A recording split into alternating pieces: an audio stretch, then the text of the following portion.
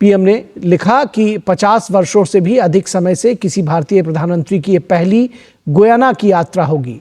हम अपने अनूठे संबंधों को रणनीतिक दिशा देने के लिए विचारों का आदान प्रदान करेंगे जो साझा विरासत, संस्कृति और मूल्यों पर आधारित है। मैं 185 साल से भी अधिक समय से पहले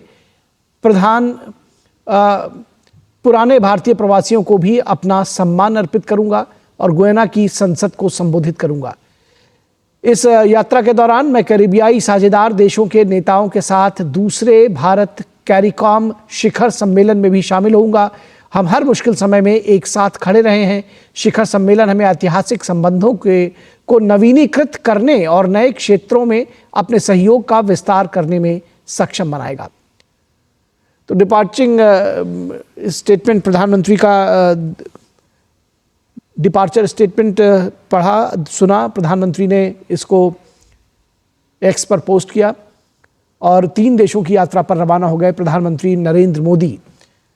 नाइजीरिया, ब्राजील और गुयाना। ब्राजील में प्रधानमंत्री G20 शिखर सम्मेलन में शिरकत करेंगे। बेहद महत्वपूर्ण, क्योंकि भारत में जो G20 शिखर सम्मेलन संबोधित हुआ उसकी अध्यक्षता अब ब्राजील के पास है और वहाँ रियो में ये आयोजित होगा। और नाइजीरिया में भी प्रधानमंत्री की जो यात्रा है वो बेहद महत्वपूर्ण मानी जा रही है। इसी तरह से गुयाना की यात्रा जो है वो भी बेहद महत्वपूर्ण है और प्रधानमंत्री ने अपने और भारत और गुयाना के जो संबंध हैं उसकी भी चर्चा की।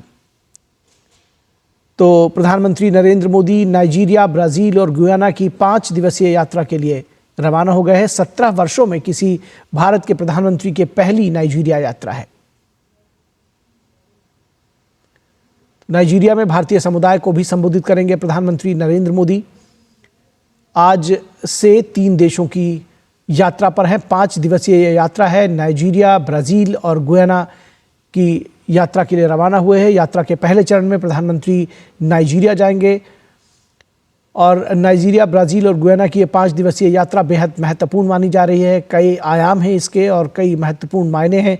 17 वर्षों में पहली बार कोई भारतीय प्रधानमंत्री नाइजीरिया की यात्रा पर जा रहा है। प्रधानमंत्री का बेहद व्यस्त कार्यक्रम नाइजीरिया में रहेगा और नाइजीरिया में भारतीय समुदाय को संबोधित करेंगे प्रधानमंत्री नरेंद्र मोदी।